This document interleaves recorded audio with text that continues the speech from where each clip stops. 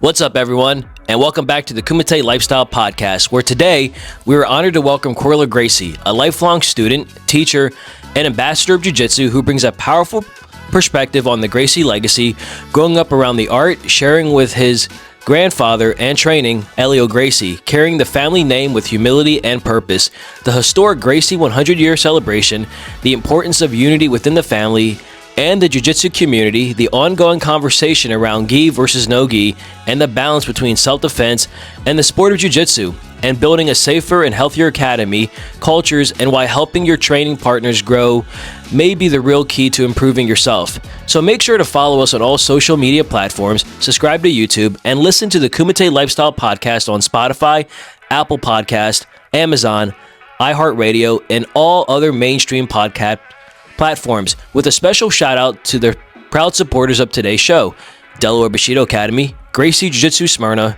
White Belt Surfer, and Torrey Wellness Center. So sit back and let's introduce Kroyler Gracie onto the show. What's up, everyone, and welcome back to another episode of the Kumite Lifestyle Podcast. And today we are joined by a special guest. His name is Kroyler Gracie. And before we jump into this episode, I just want to make mention that if you're watching this for the first time on YouTube, make sure to subscribe and tell all your friends about this podcast. And also, we're now available on streaming platforms, including Spotify, Apple, iHeartRadio, Amazon. So if you go to any search engine and type in Kumite Lifestyle Podcast, you'll be able to find these podcasts and the most up-to-date ones. So with that being said, Kroyler, welcome to the show. Glad to be here. Thanks for inviting me. Absolutely, yeah. So I know I reached out to you last month, and here we are today. And I think for the viewers' sake, for those watching or listening, I had a chance to connect with you in person when you came to Delaware. I think that was back in 2018. I know it was pre-COVID for sure. Yeah, it was 7 or 8 years ago, so that sounds about right. Yeah, man, time flies. And I just remember you being actually, I wasn't really quite sure, what to expect, because you hear things about other Gracies. But I just remember you being very calm and collective. And there was something you said during your seminar. I think it might have been towards the end, or maybe one of your students that traveled with you. They made mention how, yes, you are a Gracie, but you're kind of the more laid back, Gracie, just because there's so many of them. So I always I thought that was pretty cool. And that's definitely something that I admire about you, is even though you hold this legacy last name, if you will, you seem to have a very cool, temperament about yourself. So, I just remember you. So you taught something at that seminar that I still use to this day. And for the viewers watching, you were talking about taking someone's back, and rather than grabbing the wrist, you grab this part, and then you slowly. Correct. Yes, dude, that was game changer. So so a little. I guess it was like a little Kroyler, Gracie secret. So, Kroyler. So tell the viewers in the audience, where are you at currently in the world? Where's your academy at? So I am my home base is Elkhart, Indiana. I've been here for almost 20 years now. My school's here. I have a couple affiliates in Michigan. I have a sister school in Michigan as well. So basically, my home base is kind of like the Midwest. But my home gym is Elkhart, Indiana. I'm here. I teach 5 days a week, and I take 2 days off. But other than that, I'm here all the time. And I appreciate you having me. Like you said, I'm a little bit different than maybe the other Gracies in it that, I'm much more, I don't know if calm is the right word, maybe centered, maybe might be a better word. I don't know. I don't want to, ruffle any feathers, but I kind of keep myself, keep my head down. I do my thing. I study Jiu-Jitsu. I'm a big Jiu-Jitsu nerd, I'm always looking for the most efficient way to do Jiu-Jitsu. So. Absolutely. So it's safe to say that you're a busy guy with all your schools, and just always staying productively active, from what I'm hearing. So 5 days a week training, 2 days off. Is that something that you started early on as far as your training goes? Because I know from what, because you say, Jiu-Jitsu nerd, I also do a lot of research as well. And I know early on, Jiu-Jitsu was something that was kind of bred into you, maybe, from infancy, if you will, or maybe not infancy, but at a young age. So were you training pretty early on, every single day? I think, growing up when I was, let's say, under 10 years old, I couldn't tell you how often I was training and how often I wasn't training, because it was all kind of just the thing you did. Maybe I didn't even realize it was training. I was just, either on the mats with my grandpa or my cousins, or even if we weren't on the mats, there might be some roughhouse going around, you know what I mean? Like somewhere else. So I don't know what qualifies as, let's say, traditional training. Like, here's a class, you know what I mean? Like, when I did that, how many days I did that, I couldn't tell you. But when I was 11 years old, I took maybe about a year break. And again, it wasn't like I took the whole year off. It was just I lost a little bit of interest between 10 and 11 years old. And I think that was maybe me being a little bit unaware of maybe my rebellious phase, where I was like, I'm not going to do what I'm told. I'm not going to do this or whatever. But I remember by the time I was 12 years old, I was back into it. Nice. And then but once I was 12 and I started training, I kind of became super addicted to jiu-jitsu. I became super into, being able to do things and learn and kind of not just learn techniques, but learn like everything about every technique. And that's, I think, where my fascination started. And from that point forward, I don't think I ever stopped. For most of my life, I trained 6 to 7 days a week. Now I train about 5 days. I teach 5.5 days. And it's mostly so that I can have some time home, sometime at home with my wife. Otherwise, I don't know if I would be able to stay married.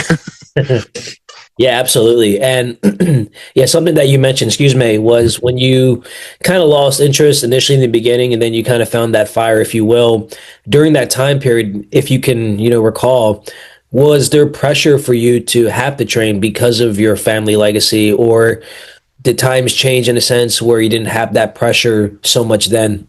I think the pressure was always there. It would be maybe silly for me to say that the pressure wasn't there, that I shouldn't train, that I shouldn't, become good.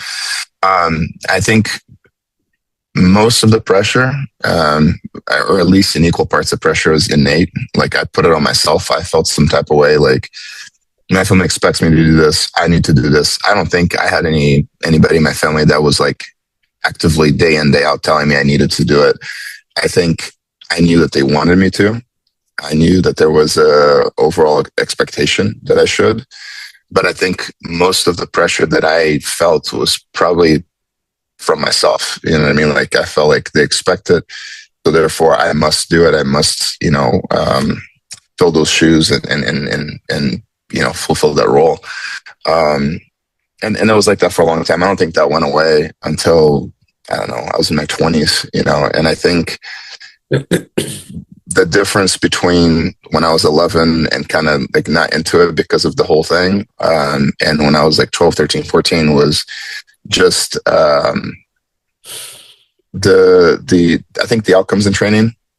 I think when you're 10, 11 years old and you've been in the mats your whole life, you are, let's say, on a technical level a little bit higher than the other kids, but you're not necessarily able to do anything with the adults or the teenagers because you're still too small. Yeah. So then you have this pressure. You're not performing as well as you should. It feels like a waste. You know what I mean? Like, it's not as fun. So you kind of step away from it. When I was 12, for whatever reason, when I was 12, I came back to the adult class and things clicked, things worked. Maybe I had a little bit more, maybe puberty hit and I had a little bit more testosterone in me. I could do some of the things that maybe as an 11-year-old I couldn't, or maybe it was just all in my head. I don't know. But training became fun. It became like, okay, I know this stuff. I can do this stuff. People can't stop me anymore. And the people that can stop me, they can't stop me for too long, for too much longer. And I think that kind of fueled my training and my passion for it. And all the way until I decided that I wanted to become a teacher. You know what I mean? Like, I think it was 16 or 17 when I made up my mind that this is what I wanted to do and then teach. And then my perspective shifted once again to, kind of learning everything I could so that I could become the best teacher possible. Yeah, for sure. And you mentioned early on that you had an opportunity to train with your grandfather, Helio Gracie. What was that like? Because I know you might have been, because I've listened to other Gracie talks, whether it's on podcast or, short clips. And, from the Gracies that have shared their experience with training with Helio, there's like different not versions, but maybe like different seasons of, Sure. that they got. So what's, what season did you get, with your grandfather? And more importantly, what do you remember most about training with him? So, I kind of grew up with my grandfather. My mom and my dad split up when I was, I think, under 1 year old, and he took me back home, and she lived with my grandfather. So I lived with him, and I got to spend a lot of time with him.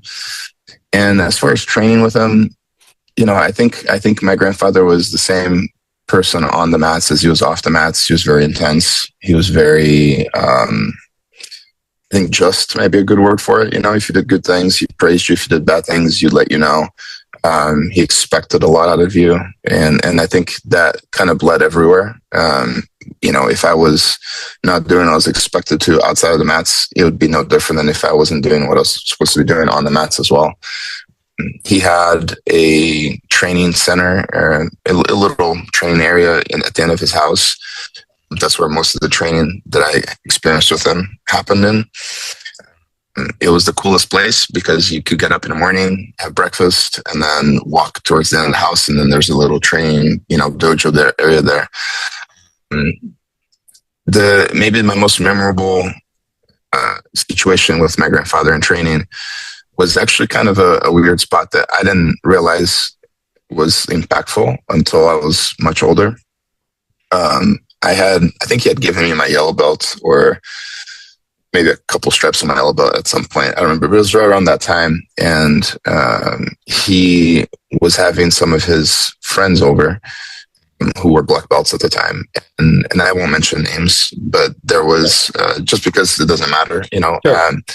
but they brought their kids with them, and their kids trained. And I remember hearing about how these guys were really good and how their kids trained all the time. And this was right around, maybe where I was starting to not have as much fun in training. I was not enjoying it as much.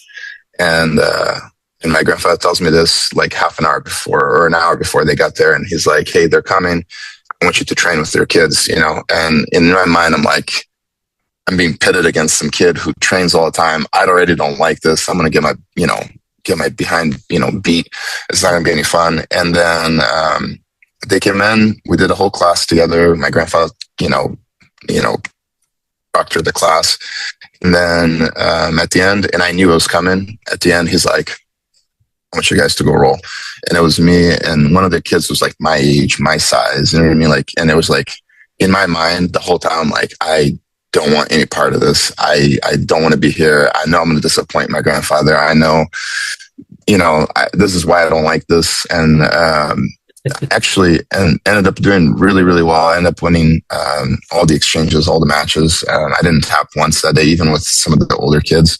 And I remember leaving the area, the training, and my grandfather didn't say anything to me. He didn't praise me. He didn't, and I remember leaving in my mind, like, did I just do that? Like, was that all in my mind that this has really happened? Like, I thought it was maybe like I just made it all up in my mind. And I think it was like a day or two later, and he asked me if I had fun training. And I said, yeah. And he goes, "Did you learn anything?" And I'm like, "Yeah, I mean, you did a good job teaching and stuff." He's like, no, "Did you learn anything rolling?" And, as like a 9 or 10 year old, I was like, "I don't know. I couldn't think of anything, And he's like, "No, I think you learned a lot today." And, as a kid, I kind of ignored it. I figured it was just grandpa being grandpa. And it wasn't until I was much older that I realized that sometimes we have fears that prevent us from doing the things that we're supposed to do. And if you just are forced into facing a fear, or if you force yourself, or if you have to face that fear, you can often outperform. You can often deliver.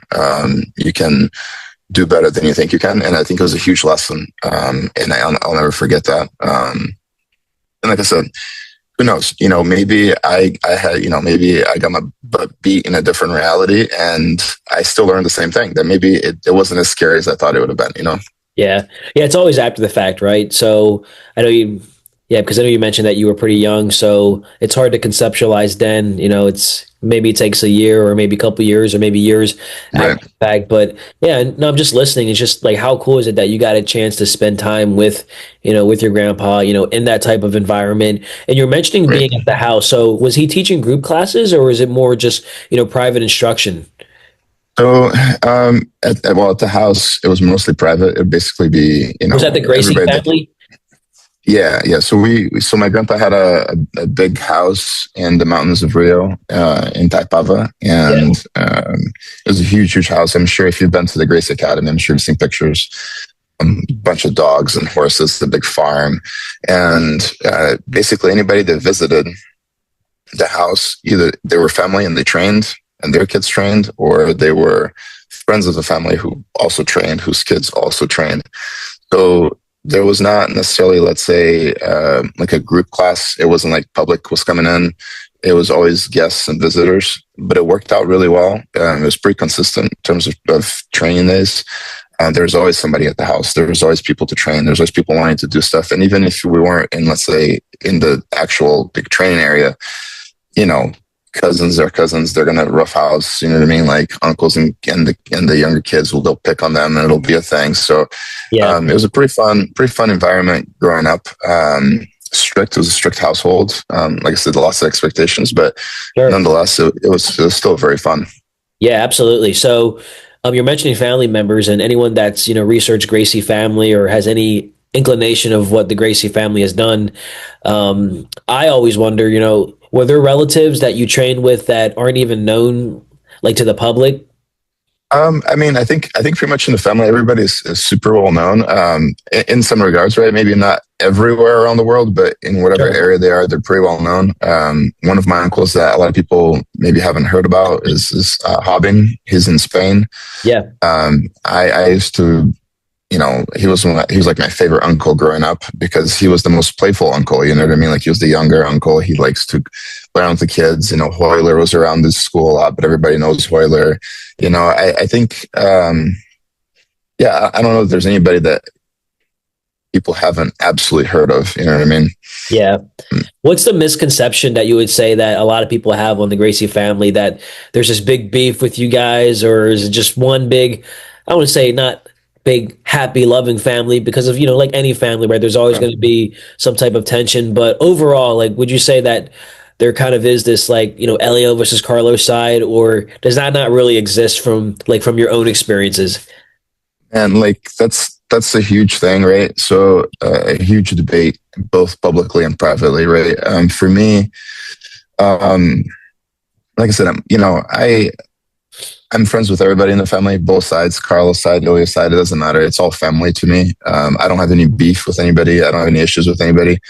I think there's definitely the thing you have to keep in mind is in our family, there's quite literally hundreds of us, and we're all, for one reason or another, taught, trained, or maybe just born to be like leaders, and we all have our own strong personalities. We have our own strong philosophies. And then I think when you have a tribe of people that are 100 plus people, and they're all they all have the qualities of a chief, that's not good. You know what I mean? Like you can't have 100 chiefs in a tribe.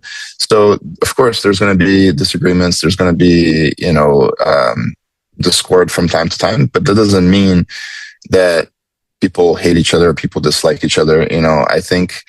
I'm sure some family members will disagree that they maybe absolutely hate other family members. I don't know. I can't speak for them, but I do, at least from my perspective, I think, at worst of times, our family is like fingers on a hand. They're all separated, but we all belong to the same thing, and we're all unite when we need to unite.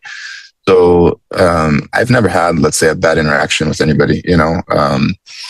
As far as Ilios and Carlos, I think there's absolutely a little bit of a pride on both sides there. The kids and the cousins and the aunts and uncles from Carlos' side are proud of Carlos. They should be, and just like my side of the family that's comes from Helio, we're proud of him. And I think when you have two strong sides and everybody's proud of everybody, there's always the question that gets posed, well, who are we most proud of? Well, I think that's kind of a silly thing. I often tell my students that, yeah, if Helio didn't exist, Carlos wouldn't have gotten this far.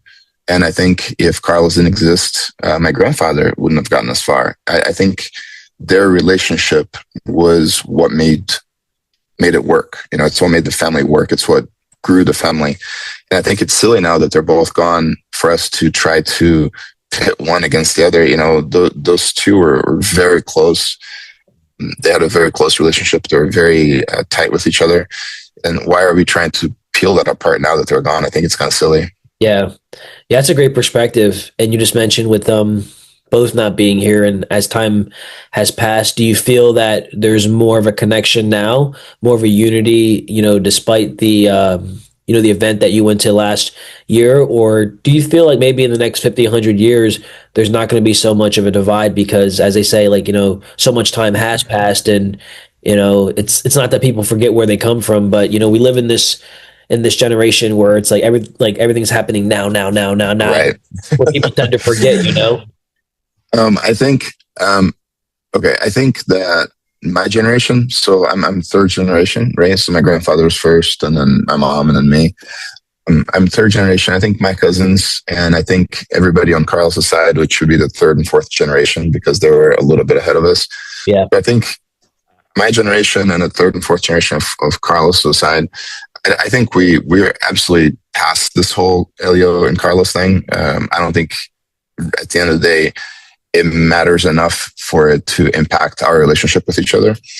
So that's definitely not a thing anymore. I think there's a huge unity with the cousins, with the uncles. I think they're still very close, very friendly with each other, but they got to live, the passing of Carlos and the helm being passed on to Helio. And then once Helio passed, who did that go to?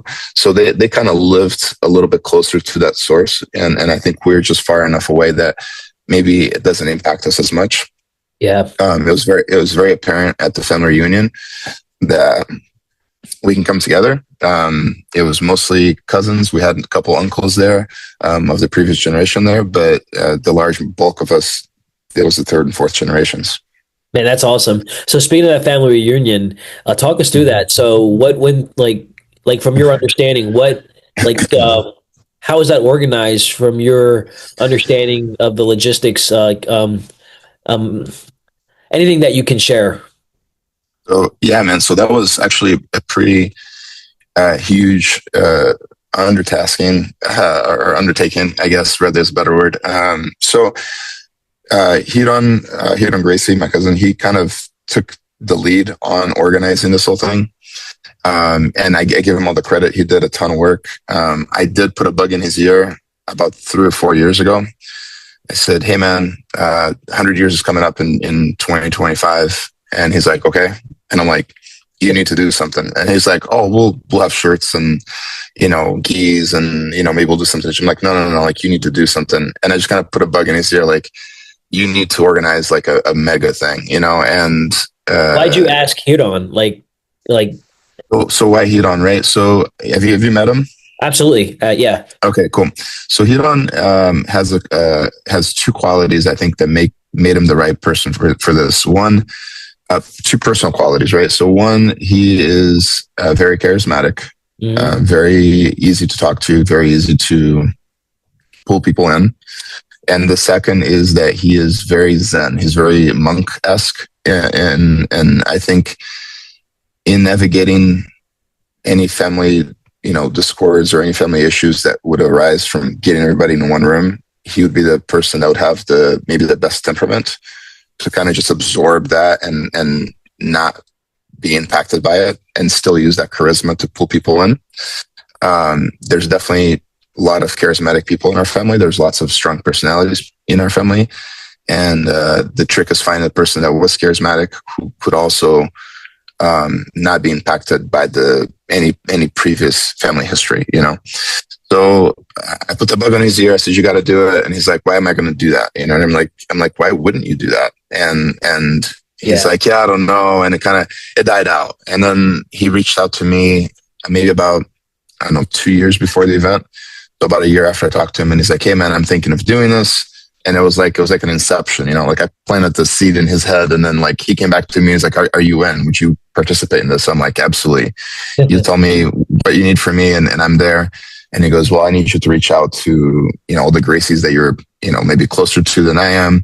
Get them involved. I want you to teach. I want all this stuff." And I'm like, "Great. Tell me when and where. I'll be there, and I'll get it going." And I invited some people. I talked to some people maybe ahead of him, but the reality is, he did do exactly what I envisioned him doing. He took the helm and he called everybody. He talked to everybody. He spent basically 2 years visiting everyone in person, talking to them, and kind of getting past any sort of issues that may have arisen. He spread the responsibility onto Igor. Igor did an incredible job organizing the seminar as well. Kira was their counterpart in Brazil, Hiron, and he kind of put the right Gracies in the right spots to do the right things. And yeah, I don't think the public quite understands how much of an undertaking this whole thing was. Gracies alone, I think there were over 130, 140 Gracies that day. And these are Gracies that come from all over the world, speak all sorts of different languages, have all sorts of different personalities and biases and mindsets. And he was able to get them all in a room for a dinner, for family dinner. He organized this amazing family dinner that happened the night before the seminar. He was able to organize the actual seminar itself with Igor and others. And the seminar, I think there were, I want to say like 12 or 1,300 people there, which is pretty insane. I didn't know how they were going to do so that everybody, because he had 24 instructors, and I didn't know how he was going to do so that everybody would have time to teach 1,300 people. I mean, it's an insane number to think about the logistics of it. And they came up with this very clever system of, we're going to break it into like groups of 130. There's going to be 10 mats. We're going to rotate every so many minutes. Yeah. And it worked out pretty flawlessly. I don't think anybody that was attending quite appreciated the work that went into it. Kawan, I'm going to give a big shout out to Kawan, Hickson's daughter. She was maybe the unsung hero of this event. She was the one that was coordinating everything the 2 weeks leading up to the event, because she was in Brazil. So she was already, there and kind of able to make everything work. She also makes sure that any mishaps that happened with the family, she took care of it. We had a couple cousins that didn't have passports like 2 weeks before the traveling to Brazil, or didn't have visas, and she was able to somehow, I don't know how she did it. She waved someone and got them there. So it was a huge undertaking. But with that said, it was a great success. I couldn't have imagined a better family reunion than what transpired. Everybody was friendly. Everybody had a great time. The techniques, the seminar, the training was all excellent. The weather in Brazil was perfect. Like there's nothing went wrong. It was incredible. And I hope that it happens again. I don't know if it will. The next big mark could be like 125 years. Yeah. So hopefully in 25 years, the next generation can do what, our generation did and kind of bring everybody together again. Yeah, it was definitely historic for sure, because I remember as the events were leading up to maybe a year or two prior, again, this was unbeknownst to the public. So I know there was a lot of, behind the scenes stuff happening, but I remember, and you asked if I knew Hidon. So we're a certified training center here in Delaware. So we're very much linked with Grace University. And because of that, I would see Hidon's post and again, I'm just paraphrasing, but he would post like, hey, like I had a chance to train with a cousin that I've never met before. So I always thought that was pretty cool. And then it just, and then everything happened for a reason. I was like, oh, he's doing this because of his collaboration skills. So go ahead. I'm sorry. Yeah, he was, no, you're absolutely right. If you go back in if you go to Hiron's Instagram and you go to, scroll back like, 2.5 years ago, you'll start seeing him like visiting people after people almost like on a weekly basis. And that's why, he was connecting with people and he was making sure that, relationship was good and everybody was happy and what would it take to get people there. It was pretty incredible. We did miss some people. There's, maybe 20 or 30 other family members that were invited that couldn't make it. But, that's life. You know what I mean? Like some people just can't, they have their own things going on that they can't make it, but given everything, he was, he was pretty successful. And I think overall the event, like in my mind, the event was perfect. I have no complaints. Yeah. I think the more Gracies that, we're able to confirm, it's more like, oh, so who's not going to be there? Because that's correct. Yes. Yeah. It's funny because like I visited some of my uncles in Brazil and I trained with them even the year of the event, like earlier in that year. And I was like, hey, are you going to go? And they're like, no, I'm busy. I got a seminar. I got this and that. And I'm like, you're going to go. And they're like, no, I'm not going to go. I'm like, no, you're going to go. No, I'm not going to go. I'm like, listen, when everybody else is going, oh yeah, you're going to go. And no, I'm not going to go. I'm like, all right. And then like a week before the event, they get to announce that they're going, Yeah. So. Well, yeah, it's social proof because people will do what people like them are doing. So, in this Right. case, like if 90 Gracies or 100 Gracies are going, it's like, okay, it's almost like you have to go now. So, Right. Right. I wonder now, and this might be more of a logistics as far as like some of the folks that couldn't go. Do you think early on, as this event was happening and people were confirming they're coming or maybe coming, do you think there was maybe some pushback from the like the older generations? Because I know we talked about how like as the second and third generations are a little bit more united because you didn't see.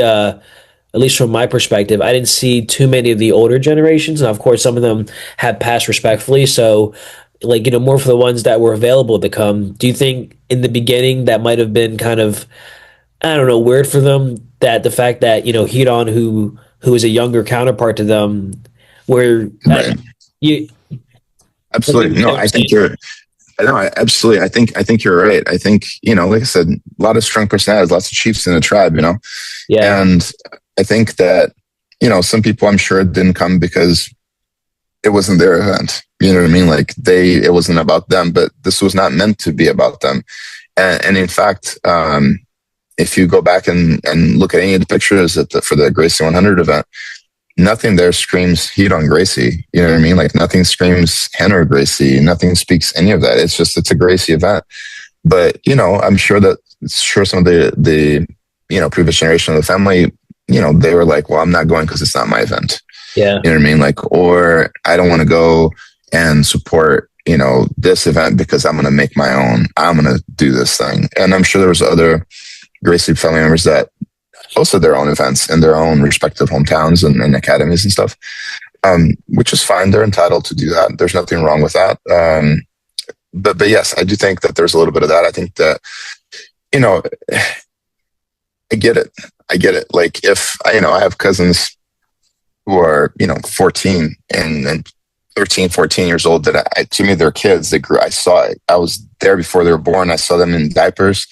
If in 25 years they're having an event and maybe I have an issue with them at some point in my life, I had some sort of, bad communication with them and I hold on to that forever. And now they're like 30 and they're hosting an event. They invite me. I'm gonna be like, not to your event. I'm sure there's a little bit of that. sure. How much of that? I don't know. Like I said, I wasn't involved in the actual invitation process. This was all like Sid Hiron and Igor and Kawan and Kira and Hiron. I mean, they're the ones that really kind of went after people. From my understanding, anybody that didn't go either had a previous event or had their own event or had a seminar. Maybe they didn't have the means to come. But I'm sure that there's a percentage of those people that just made up an excuse and just didn't show up because they didn't want to go, and that's fine. They're entitled to their opinion. Yeah. So two-part question. Who of all the Gracies that were there, who like were you most excited to either meet or get a chance to see again? And for the ones that didn't get a chance to go, who like who did you wish that were able, like was able to attend?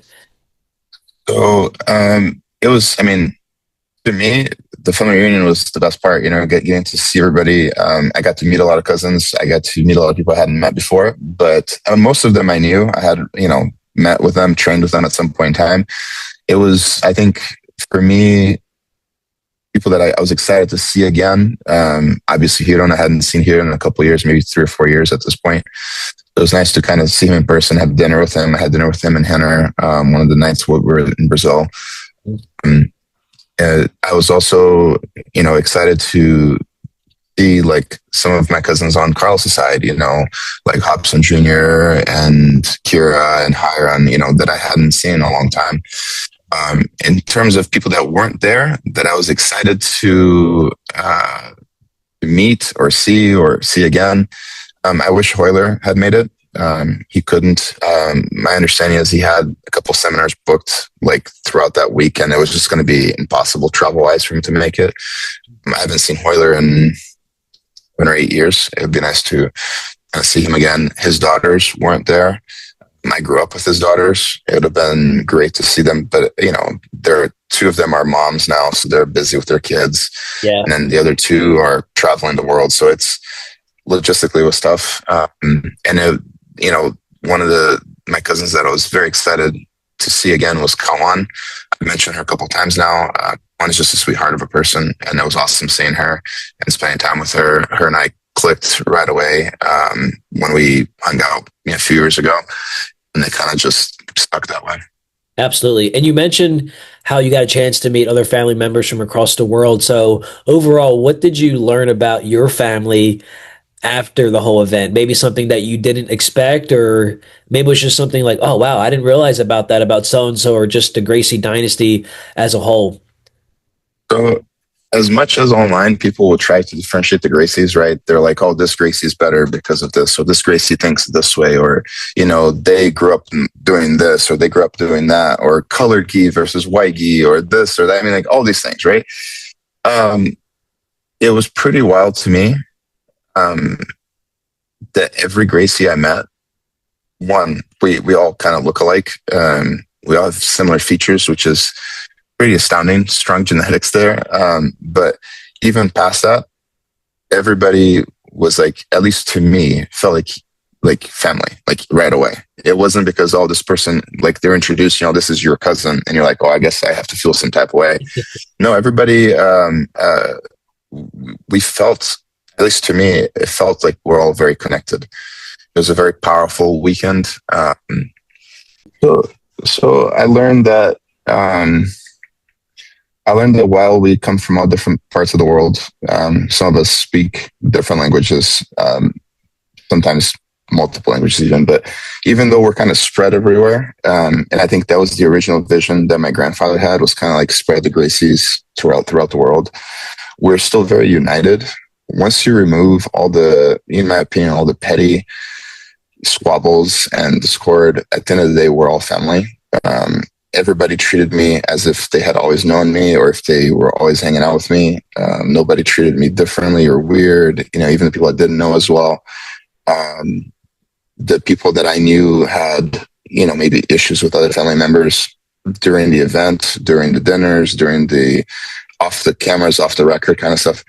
They all treated each other super well. It was pretty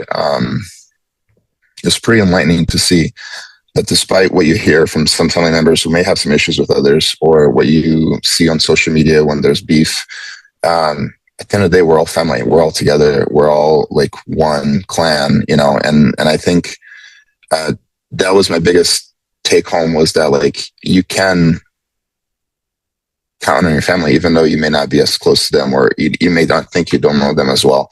I know I can call my cousins now and ask for help or for favor or for advice, and I know they'll be there for me. It was also pretty enlightening to, I think, for my wife more than me. I told my wife because she's American. It was very much she had to have a little bit of a learning curve, learning to deal with like my personality. I'm super straightforward. I'm super blunt. If I have a problem, I will tell you. If I like something, I will tell you. Very much like my grandfather was.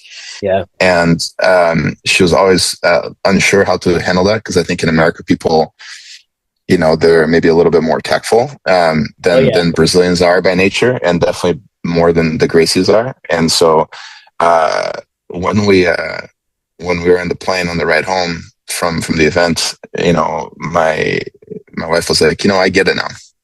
Okay, what? She's like, you guys are all like that. She's like, you guys all look the same. You guys all talk the same way. You guys all behave the same way. She's like, I get why you are the way you are. She's like, I also get why sometimes there's little things online or little, discord within the family, is because you guys are all too alike, and I think that was refreshing to get from a third party perspective, that, we're pretty much the same. It's awesome. I'm not going to say that we're all equal, because everybody's got different experiences, different personalities and stuff. But at the end of the day, at its core, it was the biggest takeaway for me is we're all family. Man, very cool.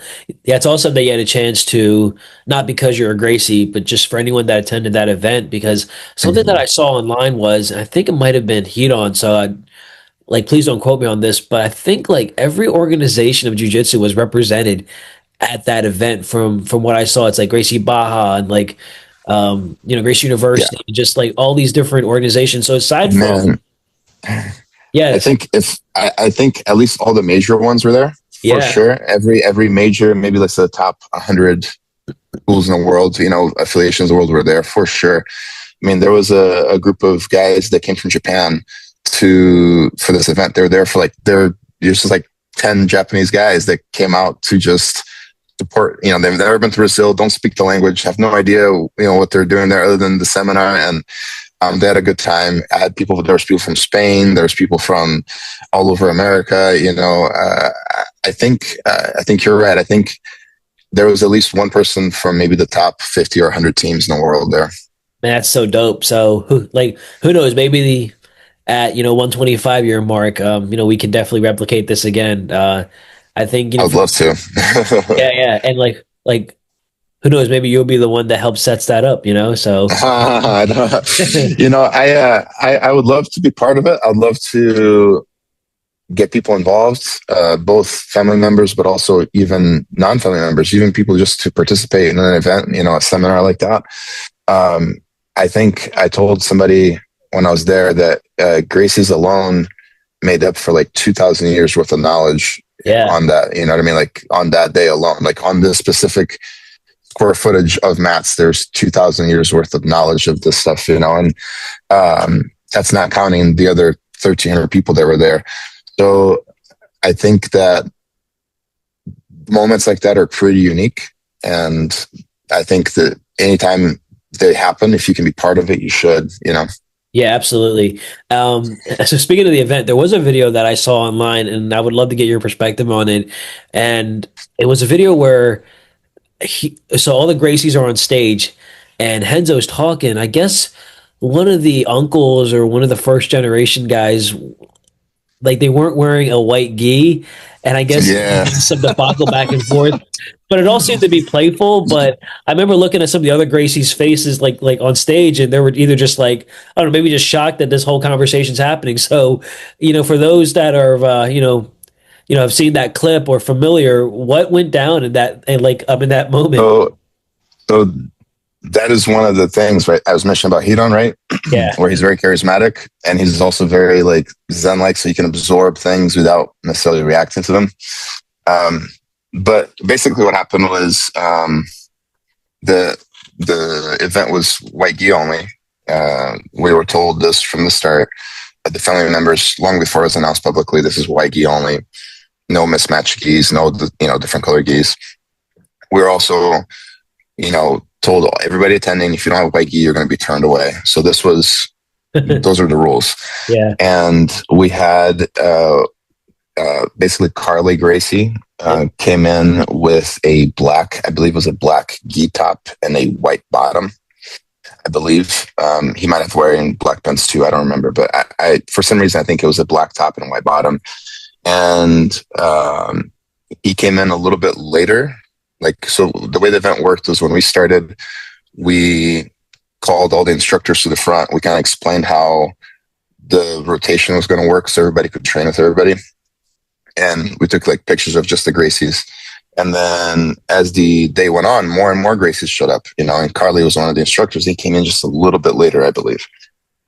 So when he came in, pictures were done. So the first set of pictures were done. So seminars are going on. We took a break. We came back to more seminars, basically 8 hours of seminars a day. And then at the end, Hiron wanted to take like a big family picture since as the day went on, more and more Gracies came in. The little cousins, you know, who are 4, 5, 6, 7 years old were coming in, you know, to some of the older ones that weren't teaching, but finally got there.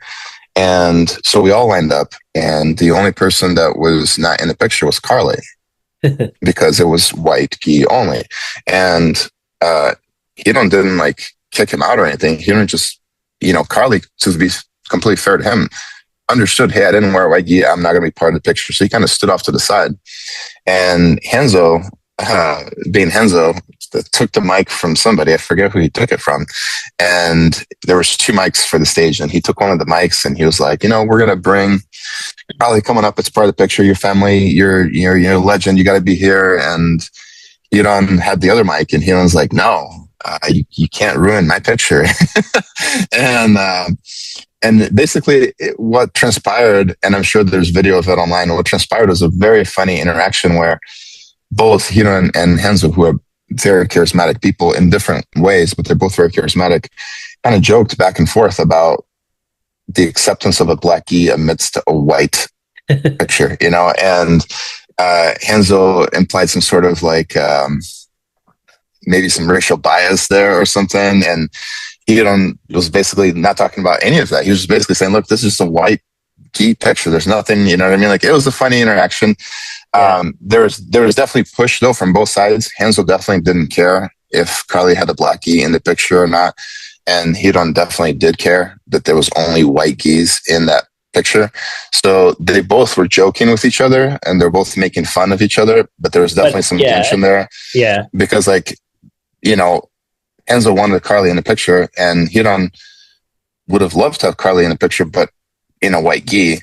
And so it was like an awkward, maybe 10-minute exchange. I think the clips I've seen online are only like 30 seconds, but it was really closer to about 10 minutes. This went back and forth. Yeah. And eventually, I forget who it was. He was an ADCC champion.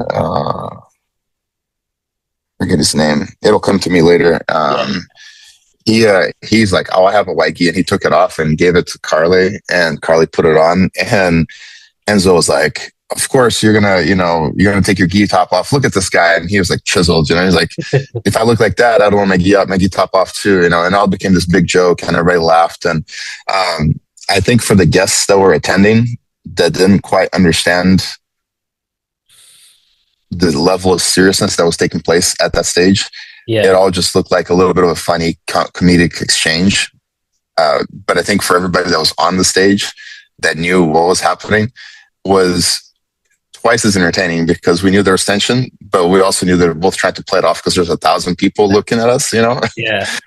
So it was very interesting. Yeah. What would you would have done, Kroyler? Like, would you have cared if there was if he was in the picture, or you just... So here's my take, right? So personally, I very rarely wear white gi. Not for any reason. I'm not against white gis. I'm not against blue gis. I prefer black gis only because I think they look better in terms of not showing dirt, not showing, you know what I mean, any stains or anything like that. So in terms of practical purposes, personally, I prefer black gi. Yeah. However, with that said, I do understand tradition is tradition. And I think that if the tradition had been blue gis, everybody on stage should have been in a blue gi, right? If the rules of the event are white gi, pink gi, polka dotted gi, whatever the rules are, we're all agreeing to abide by those rules, right? Yeah. So the rules are white gi because we're going to respect the tradition of the martial art, which is white. So we were white. That is that. You know what I mean? Like, I don't have a problem with wearing white to an event. I don't understand the difficulty. What would I have done in that position? I would have probably gotten to where they got to, maybe a little bit faster, because I would have just asked if anybody's got an extra white gi. I can't believe in 1,300 people somebody doesn't have an extra white gi. And I was like, would you wear this person's white gi? And Carly, which he was very agreeable, would have worn the white gi that somebody would have had extra. So I think the interaction between the two of them didn't quite need to happen. I think they could have came to the same conclusion much faster, but I was not in their shoes. I was not organizing the event, right? I did not have the mic in my hand. I didn't have, super strong feelings one way or another. So it was just funny a little bit, sure. Yeah, absolutely. And at the end of the day, Hiron is right. The picture did look a lot better with everybody in white, Yeah, absolutely. So, Kroyler, I know you had a chance to talk about your early upbringing, training, and some of the expectations that you felt, and maybe that pressure. But you also talked about your relationship with your grandfather and get a chance to train with him. And then we really did a deep dive into, the Gracie 100th year celebration, which I think was an amazing event. And of course, hearing it from you was good. I did have another off-topic question that seems to be pretty popular right now in jiu-jitsu, and I would love to get your perspective on that. And that's gi versus no gi.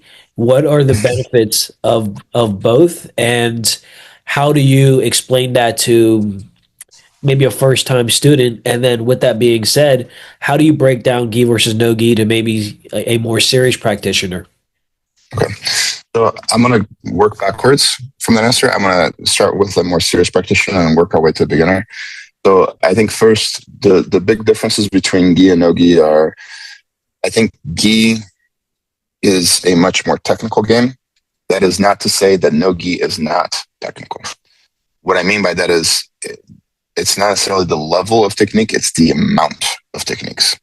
There are simply 100 times more techniques in the gi than there are in no gi, because you have all the sorts of different grips and lapels that you can use and different things you can do. So there's more to learn in the gi than there is in no gi. That's the very first thing we kind of need to accept as true. The second is gi slows things down because there's more grips. And your ability to move forward in the gi is going to be equally, is going to be 100% dependent on your understanding of the gi.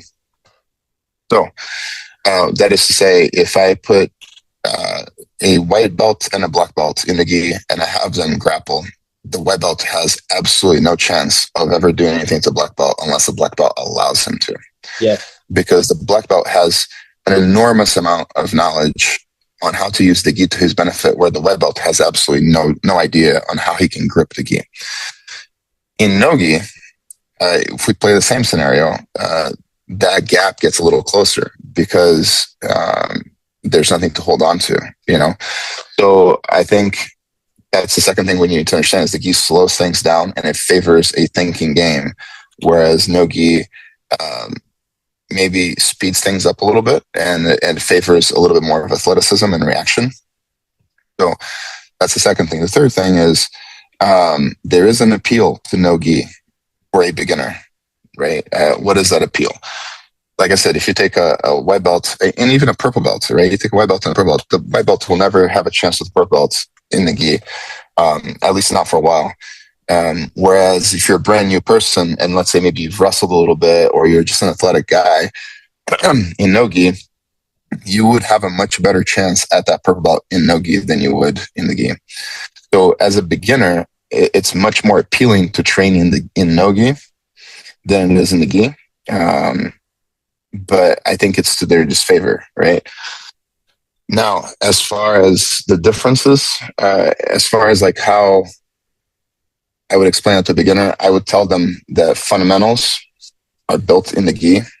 And once you have a true understanding and mastery of fundamentals, body positioning, base, posture, weight distribution, how to pivot, how to create frames, how to move your body, then I think it favors them a little bit to go in no-gi and develop a little bit of that scrappiness that is required in no-gi. In my school, all the students are encouraged to do both. I break my classes down into beginners and advanced, and then gi and no-gi. So everybody has a building platform to kind of advance their game in both gi and no-gi. And I expect my students that train in the gi to do no-gi, and my students that train in no-gi to also do gi training. Absolutely. Yeah. I think that's a really good breakdown. And there's something you said about just that gradual progression. Because, obviously we've seen schools, whether we know people, personally or not, where they just strictly do one, versus the other. So I think obviously there's merit to it. But I like how you said initially when you're wearing gi, it does slow things down. And you can only. Yeah. And you can only appreciate that if you've done both, in my opinion, because how do you know the difference? So, yeah, I think that's cool how, at your academy, you have your experience. I'm sorry, like you have your students experience both. Yeah, just so they can appreciate it as a whole. Yeah. There was one more other question. I'm sorry, go ahead. I was going to say, and I'm going to get a lot of hate from this, and I don't mean to sound, let's say critical. We're just talking about strictly statistics. While there's a huge push to create two different, let's say, martial arts out of this, especially in the last 5 or 10 years, there's been a big push for no-gi only schools or gi only schools. And even in competition, you're seeing more of that, like no-gi only competitions or no-gi only like super fight events and gi only events. While there's a huge push for that, if you look at it strictly across the board, gi, the people that train both gi and no-gi tend to perform better in no-gi than the people that train only in no-gi. Now, there are some exceptions to this. Sure. Absolutely. There's a few exceptions to this. However, if you remove those exceptions, right, at the general, because everybody's a bell curve, right? You have people that are always going to underperform. They just don't have the ability, the drive, discipline, the education maybe to do well. And the people that are always going to do super, super well, they're the Kroyler Gracies, the Gordon Ryans. They're the extremes on one end, right? But most people are in the middle of the bell curve. So when you look at the middle, the people that train gi and no gi will always outperform the people that train only in no gi. And for a long time, I think the discussion was, well, that's because the people that train gi have trained jiu-jitsu in general longer than the people that train only no gi. That's why they're better. Maybe a little bit of that is true, but I think now we're in 2026 now. I think for the past 15 to 20 years, there have been enough no-gi only schools where that would kind of go away. And it's simply not true. So I think if you really want to excel in gi or if you want to excel in no-gi, you should train in the gi too, because it does help you long term. Yeah, absolutely. And I know for myself personally, training in both, my defense overall in jiu-jitsu has improved because of doing gi, because there's a lot more attacks. And if you can defend from collar chokes or just slow things down, when you translate that over into no-gi, you have less things to worry about where your defense is solid. And again, like you can only appreciate that if you've done both. So I agree with you there. There's two more things I definitely wanted to touch on. And the first one is, and again, I'm just going to share from my own perspective, and I'm sure you can also educate me on this and the viewers listening and or watching. So when most people come into a jiu-jitsu school or a gym, I would like to believe that they're coming in for self-defense or some type of ability to defend themselves. So why is it now, even in 2026, there seems to be this separation where it's like, oh, it's either self-defense or sport jiu-jitsu, or there's maybe a little bit of both, but there seems to be this divide, if you will. And again, it's not all schools, because we do self-defense. Right. We also do, we also teach competitive, techniques as well. So I feel they all exist when it's appropriate, but, I think there is still that misunderstanding, if you will. What's your take on that, Kroyler? So I have a self-defense The self-defense classes in my school, they're offered every week with one class a week now. We used to have two. We kind of cut it down to one and made it a little bit longer. But so first, just to kind of get it out of the way, I think if you're training jiu-jitsu and you don't know at least a minimum level of self-defense, you're doing yourself a disfavor, right? Yeah. So all of my students, when they come in order for them to get their blue belts, they have to go through the entire self-defense curriculum that we have and show a pretty high level of aptitude with that in order to basically pass a test, into the next level. So I think that's absolutely necessary. With that said, a couple things. One, I think most people coming into jiu-jitsu want to come in because they want to learn to quote unquote handle themselves, which really translates to protect themselves and defend themselves. And I think that is self-defense, but I think it's awkward to come in as a grown adult to a school and say, hey, I don't know how to protect myself. How do I do it? Right? I think it's very difficult for them. So I think that there is a unspoken need for that people just have a hard time admitting it. The ones that do, great, but I think the vast majority of people don't quite get that, And then, of course, once they get to know the people in the school and the instructors, and they're like, yeah, man, I'm glad I came in because I didn't know how to protect myself before this. I know now. And I think there's a acceptance of that.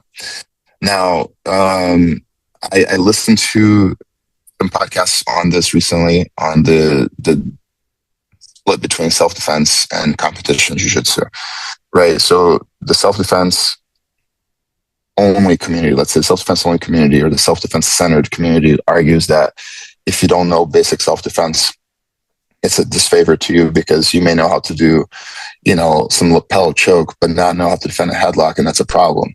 And they're partially correct, right? And I think the competition only schools say, well, my guy over here is a mega athlete and he knows how to do 50 submissions. And if he gets a rando guy in the street, he'll, even though he may not know exactly how to get a headlock, he's not going to be putting one in the first place because he's the super athlete. So they're also partially right. I think both sides are partially right. I think where the divide comes in is the misunderstanding that if they only train sport, that they're incapable of protecting themselves. I don't think that's true. I think any competitive blue or purple belts against your average person on the street, they'll fare fine, right? And then I think the other misconception is that if they only train self-defense, that they cannot grapple and the positions aren't cookie cutter, which in some ways they're also right. That's not true, but usually those self-defense techniques are the most efficient ways to deal with a problem. So yes, they may not be an athlete and have all the athletic attributes and that they would need for competition, but they have the best tools to solve this problem. So one of the things I think we need to kind of marry is that the difficulty there is a self-defense only school. If people only train self-defense, generally, they're not going to perform as well against guys that are competition only. There's a different level of intensity, there's a little different level of training. They tend to be more athletic on one side. So there's always that like, prove it to me. If your self-defense is, let's pit them against each other. And I think that's kind of silly.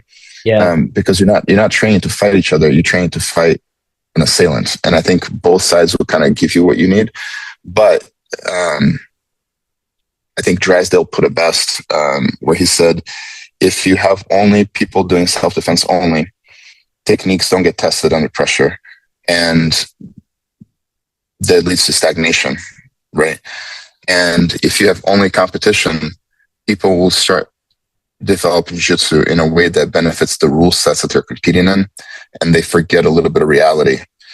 So you can't have just one or the other because one side gets stagnant, the other side gets too imaginary, and you need to have both to keep a central focus, right? So as an example, lapel guard, shin on shin, right? Which is a super specific competition style technique. Great for competition, horrible for street fight. Yeah. But if that's the only thing you've ever known, grow, through your jiu-jitsu career, and your journey, and you get put in a situation you have to protect yourself, you might expose yourself to getting harmed before you realize, oh, this is not so good. I need to move on. And on the other side, if you're only doing self-defense and you're never doing any sort of grappling or any sort of more realistic resistance training, right, with strikes or with maybe, let's say, people actually trying to like submit each other, it's not this cookie cutter position. If you're only doing the, standing in place kind of thing, then you're not ever training yourself to deal with situations under duress. And I think that's a problem too. So to me, the healthiest case for both people is to have access to both self-defense and, let's say, grappling for competition or more competitive style grappling, and to keep it being reinforced. You have to have a very good ecosystem to keep both things working. If you separate the two, alone, they will fail. You need to have both of them in order to be successful. Absolutely. And I like your position on how you mentioned where if you only do self-defense, there is a little bit of a stagnant there because it's Right. might not be not that you can't test it, of course, but like you do kind of miss out a little bit on that consistency where you would get from the sports side. But however, if you only do sport, then you kind of simulate your training as if it's only beneficial for that type of environment. So yeah, I Correct. think both are important, but at the end of the day, something that I've learned early on is like whatever position that you're in jiu-jitsu, you have to ask yourself, can I get punched from this position? And if the answer is yes, 100%. it's like, okay, then maybe I should dial it back to what I should know. 100%. Or, will they do this in concrete? You know what I mean? Yeah, Like, absolutely. yeah. And that's not to say that you can't learn both, right? And understand, okay, in this position, in a street fight, I would never do this because I'm going to roll on concrete. It's not going to feel very good. But you have to have that awareness, right? Of like, okay, this is something I could do on both scenarios. This is something I can only do in competition. This is something I would only do in self-defense.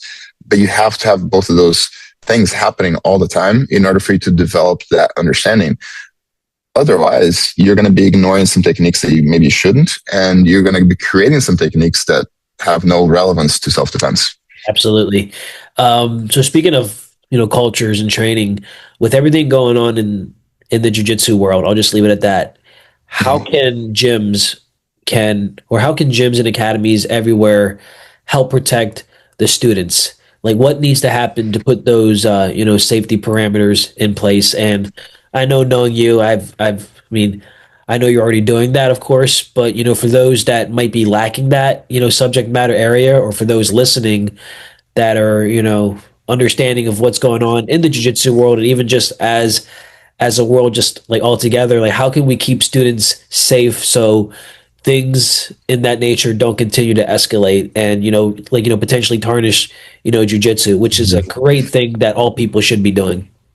Yeah. So, obviously, I'm going to go ahead and just throw it out there to make sure that we're talking about the same thing. So you're talking about both people getting hurt at training, but also, there's lots of sexual allegations. Yes. Yeah. You know what I mean? Out there. So a couple of things, right? So in my opinion, it's not that hard to be a decent human being, right? It shouldn't be. Yeah. If you're struggling to be a decent human being, you need to look to have better mentors, maybe talk to somebody, you know what I mean? Like, it shouldn't be that difficult for you to know right from wrong. Something's objectively right and something's objectively wrong here. And if you can't do that, that's a problem. You know what I mean? You need to kind of have some introspection.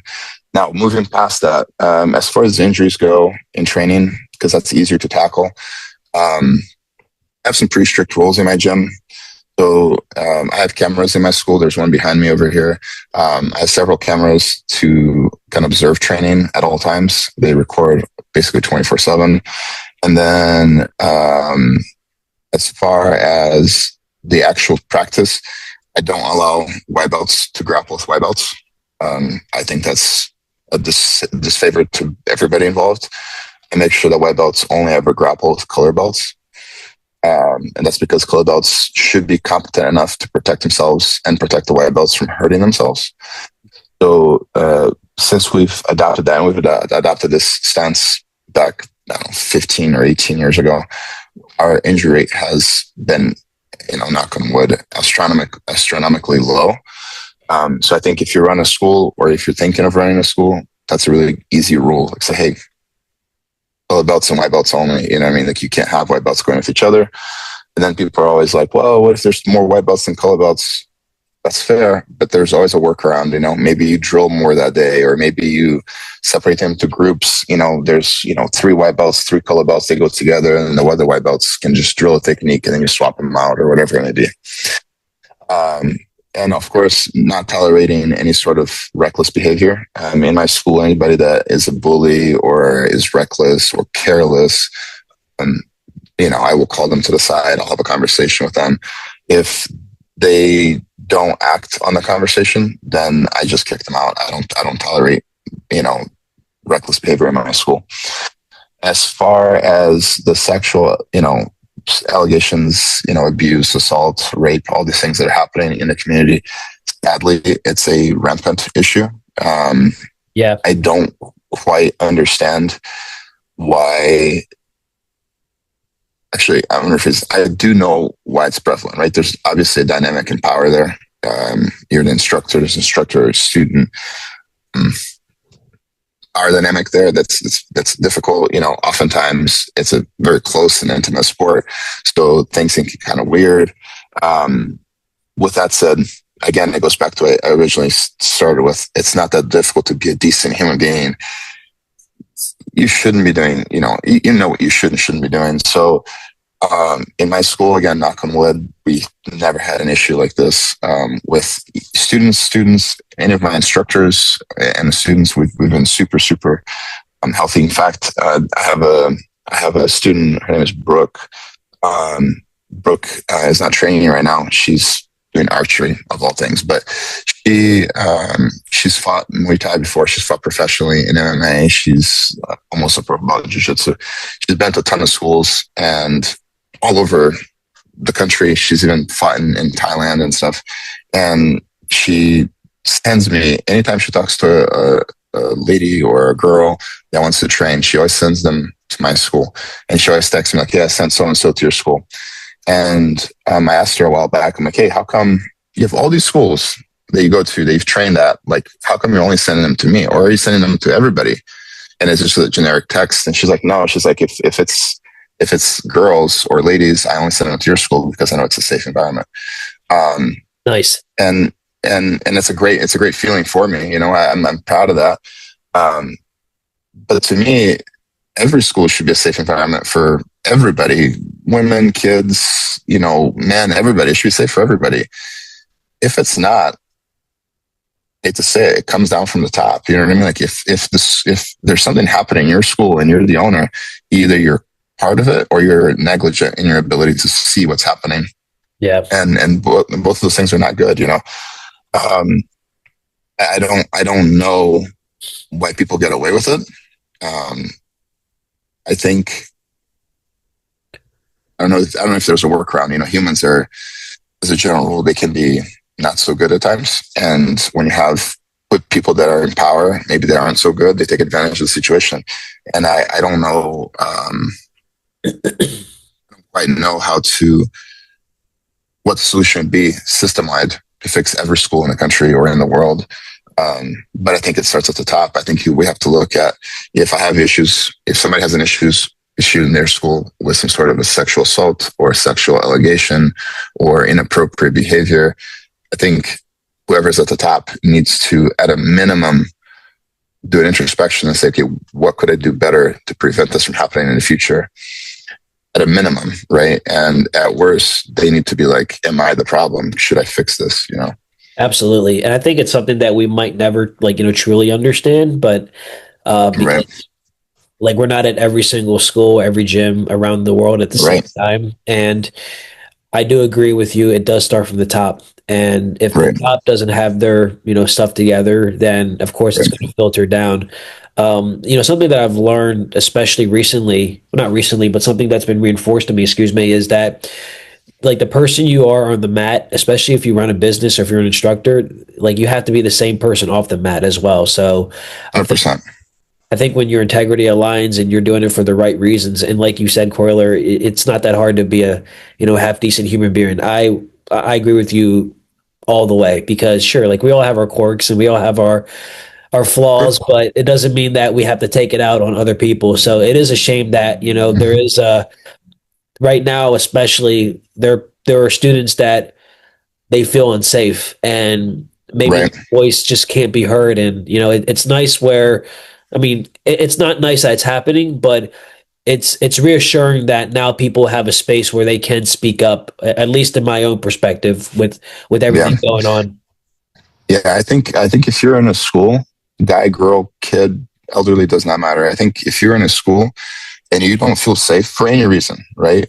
Be it maybe the rules are too rough, maybe there's some weird things happening, with instructors and students, or maybe, um, the teachers are not, with the kids, instructors are not treating the kids correctly, whatever, right? Whatever it may be. If you feel unsafe, I think you don't owe it to anybody to stay at that school. I think if you feel unsafe, you need to address it. Maybe it's a conversation you can have with the school owner. If you think that would be something that's easy to address, if you think it's beyond that, then again, you don't owe it to them to stay at their school. Find a different school. You know what I mean? Like, because I would hate for bad jiu-jitsu schools, let's call them that, to ultimately cause people to not train jiu-jitsu. I think everybody should train. And if they have a bad experience for any reason, maybe they stop training. And I think that's a real tragedy there. Yeah. So I don't know. I think that people sometimes feel some type of way about, like, oh, I started this school, I got this logo on my back, it means something. And maybe it does at that moment in time, but if it changes, you know what I mean? Because things have changed. Maybe you realize some things are wrong. You're not tied to that. You're not married to that. Like, you need to find a different school. Hopefully you can find another one in your area that's easy and convenient, affordable, and you know what I mean? Like, and if, safe primarily. We teach and perform and train a very dangerous martial art in that things are always very close to damaging. Arm bars, heel hooks, chokes, those can cause some serious harm. But also, if we teach them incorrectly or improperly, you could go out there and think that you're capable of doing something that you can't, and you get yourself in a bad situation. So that's already high stakes when it comes to teaching jiu-jitsu. And then you factor in bad humans, you know what I mean? Like taking advantage of their students or training carelessly. That's not so good. Yeah. I think it's our job as instructors or academy owners to provide the safest environment and the environment that fosters the most growth and development as possible. And it's a little bit of a disservice to all of us when you hear of a school or schools that are doing this. It's tough, man. It's tough, and I get. Like I said, I understand that it happens. I don't think I will ever accept it that as a normalized thing. But I don't know if I have a system-wide solution for it. Yeah, I agree, and it's all great points. It's just I don't think we'll ever understand. I just hopefully as more podcasts like this or as more conversations, I think it's just as I say, it's just hard talks that need to really come to the forefront. And the more people hear about it, and the more they're educated about it, and the more just people know, like there are great schools and there's not so great schools. When students or when human beings realize that they have a choice, I think ultimately, as you're saying, hopefully those casualties, if you will, they start to go down or so. But I'd rather it not be happening at all. But it's just maybe this is kind of like the wake up call that we all need, and it's not to hinder, if you will, like the victims, but overall, I mean, because there's always pros and cons to everything, but the message as of late is like, how are you treating your students? That's how I'm looking at it, and it's like, wow, like that sucks. It's happening over there, but I can promise you, it's not happening here. So right, and I also think going beyond that, I think it's important for people, everybody, even the victims, but also other students that are part of schools like that, right? I think it's on you too to think about what that means, right? So if you train at a school and then there's a pretty serious allegation, and you're like, okay, well, I'm going to hang out here until I know if it's true or not. That's fair. I think that's fair. If it's an allegation, you don't know if it's really happening or not. I get it, but I think like if it's proven, like if there's definite proof out there that something really did transpire and you see that proof or that evidence and that's and that's like undeniable and it did really happen. I think even if it didn't happen to you, you need to really think about like, is that really the place you want to be long term? Yeah. Right. Because maybe it didn't happen to you right now, but maybe it'll happen to you in the future, or it will happen to somebody that you know. Like I said, it doesn't have to be sexual allegations. It could be, somebody beating up on a student. You know what I mean? So, yeah, I think we live in a society today that is very goldfish memory. You know what I mean? Like something happens, it blows up, it gets really, really big, and then you give it 2-3 weeks, and it kind of dies down, and it becomes more of the same. I think the way we combat those schools from existing or from continuing to exist is by thinking, looking inwardly, like, is this the place I want to be? It didn't happen to me this time, but do I really want to be here? And if enough people say, I don't want to be in this school, I don't support this environment, I get it. It's a potentially a great, it produces champions. It's a champion factory, potentially, right? I get it. But at a core, this is wrong, and I don't want to support this thing. And if enough of those people do that and they leave, you're going to start seeing those schools kind of collapse and crash. But oftentimes what happens, at least from looking from the outside in, is that things blow up, they get huge, a few weeks go by, they die down, and then those schools continue to thrive because of their name or their brand or their recognition, and students don't want to leave, but I think we shall look inwardly and go, this is not the place to be, that's not the environment I want to be in.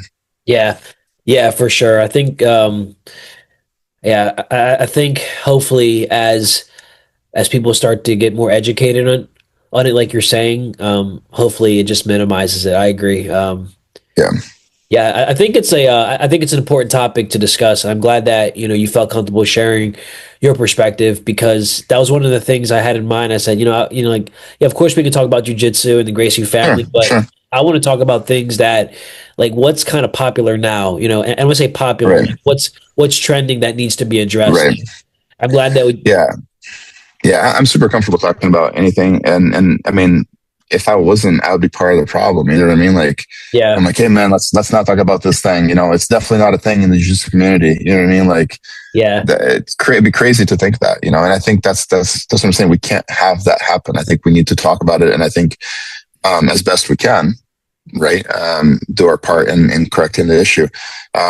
If you're a student, part of your job is to make sure that you're not the reckless student. You're not the person behaving inappropriately. You should be a pillar in your school, if you're a student, and try to be a good, positive, influence. If you are an instructor, your job is to make sure that everybody's healthy and safe and all that. If you're an academy owner, you want to make sure that the people you have in the right places are doing the right things. And I think if everybody does their little part, it kind of balloons out really well. The problem is there's always somebody who doesn't do their part, and they're the ones that spoil it for the rest of us. Absolutely. Yeah. Kroyler, this has been an amazing talk. I really appreciate you breaking down a lot of different subject matter areas where we discussed your family dynamic, your training, and then diving more into the hot, sensitive topics, if you will, about gi versus no gi, and then Yes. which was cool. I think you really gave some awesome perspectives there. And for anyone listening and watching, hopefully that gave you a little bit more of a insight on just those realms and those topic matters. Kroyler, before we go, if you could change one thing about jiu-jitsu that could be beneficial for everyone of all walks of life, based on what you know, what would you change about jiu-jitsu? Man, that's rough. That's a tough question. That's a good question. Yeah. One thing that'll change it for everybody. Um, I think if everybody training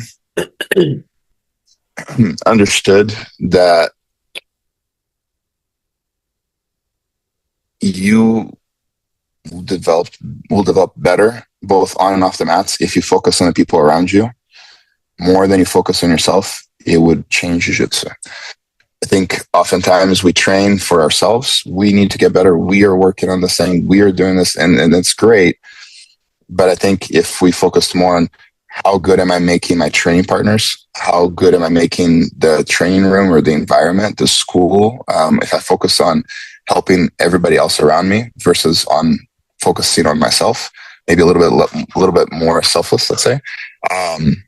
I think it would improve all areas of jiu-jitsu, and that would bleed on to everybody that trains jiu-jitsu. It would improve everything for them as well. In my school, I often tell my students it's better to be the one white belt in a room full of black belts than to be the one black belt in a room full of white belts, right? And I tell them, like, if you are a senior student in regards to somebody else and you know that somebody's struggling, whether it's a technique or motivation or even outside of the gym, like if you can offer a help, even a text message sometimes does a lot. I think if we do that, if we help others more than we're focused on improving ourselves, we have a much healthier environment for everyone. Absolutely. Yeah, for sure. And where can people find you on social media if they do want to get a hold of you? So I'm super easy. At least as of the last time I Googled myself, which is a mistake. Never Google yourself. The last time I Googled myself was last year. I think at least as of late last year, if you type in Kroyler Gracie on Google, I'm the only thing that pops up. Perks of having a pretty unique name. Basically, all my socials are Kroyler Gracie or Kroyler Gracie Jiu-Jitsu. I'm on everything. I'm on Instagram, Facebook. I'm on Twitter, even though or X, even though I don't use it. You know what I mean? Like, so you can find me just about anywhere. Yeah. I'm super personable. You can send me a message on anything, Facebook, Instagram. Usually I respond pretty quick, within 24 to 48 hours. It is usually me responding. Like I said, you can also go to, like I said, on my website, there's email forms on there. You can email me on my website too. I'm super easy to find. Oh yeah, for sure. And one last thing, and I always let my guests, give last minute shout out to anyone that comes to mind. Sure. Who would you like to give a shout out to right now? And I'm sure your list might be long, but if you had to condense Yeah. that. So the I guess the two people that come to mind, one is, like I said, it's Kawan. She's in Australia or New Zealand. I think she's in New Zealand right now. She's Hickson's daughter. I think the way she carries herself is pretty spectacular, and I think we could always learn a little bit from that. And the other person is Marcus Nabowski. He was my instructor. He just passed in April, and he was a pretty phenomenal human being. If anybody wants to see or read about what I think we should strive as humans, go to his Facebook page. It's public, and you can read. There's plenty of testimonies from people from all over the world talking about how he made them feel, how he always made them feel special, and he helped them and in all sorts of ways. And I think if we had more people like that around us, we'd be better all around. Absolutely. Again, Kroyler, this was amazing having you on the Kumite Lifestyle Podcast. You're the first Gracie to be on the podcast. So Sweet. Thanks for having me. absolutely, man. Hopefully one of many more. So I appreciate you taking the time to discuss your journey and some of your great insights. It was an honor to meet you way back before like this whole podcast was even a thing. So Right. pre-COVID. So shout out to that. And I look forward to seeing all your success, and hopefully down the road we'll get a chance to train to get some good rolls in. Absolutely. Let's do it. All right, Kroyler. Enjoy the rest of your day. All right. I'll see you.